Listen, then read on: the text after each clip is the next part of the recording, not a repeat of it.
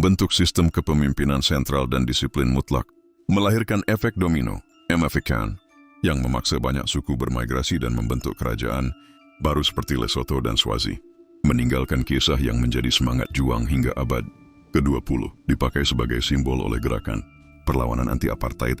Ia hanya hidup 12 tahun sebagai raja, dari tahun 1816 hingga 1828. Namun ia mencetak pengaruh yang melebihi usia kebanyakan kekaisaran. Bab 12 Shaka dalam bisu sejarah. Di antara debu dan drum perang yang tak lagi bergema, nama Shaka tetap hidup.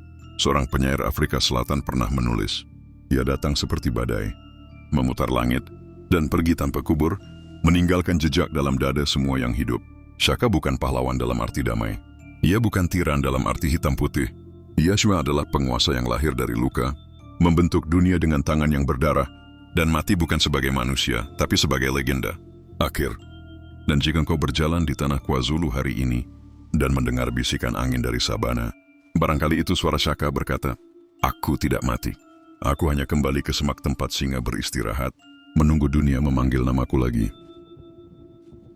Kemenangan bukanlah tentang jumlah, tetapi tentang disiplin. 1000 pasukan tanpa kehendak akan runtuh oleh 100 impi yang dilatih untuk tidak mengenal takut.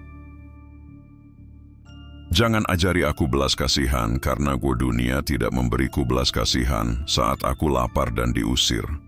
Yang ku tahu hanyalah kekuatan, karena hanya itu yang pernah menyelamatkanku. Aku tidak butuh istana dari emas, Jules, karena kerajaanku dibangun di atas 2 dada para prajurit. Aku tidak butuh mahkota, karena darah musuh di tombaku sudah cukup menyatakan siapa rajanya. Aku lahir dalam hinaan, dibesarkan, dalam pengasingan, dan dari rasa sakit, itu aku tempa diriku menjadi tombak yang akan menembus langit.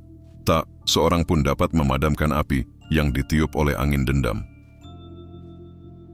Seorang prajurit sejati tidak bertanya berapa banyak musuh yang menghadang, tetapi bertanya berapa cepat ia bisa sampai pada mereka untuk menghancurkannya. Kematian adalah hal biasa bagi orang lemah. Tapi bagi yang berani, kematian adalah batu penanda keabadian. Jika aku mati, biarlah bukan tubuhku yang ingin dikuburkan, tapi namaku yang dikenang. Aku tidak akan memohon pada non-bintang-bintang untuk nasibku. Aku akan memetiknya dengan tanganku sendiri.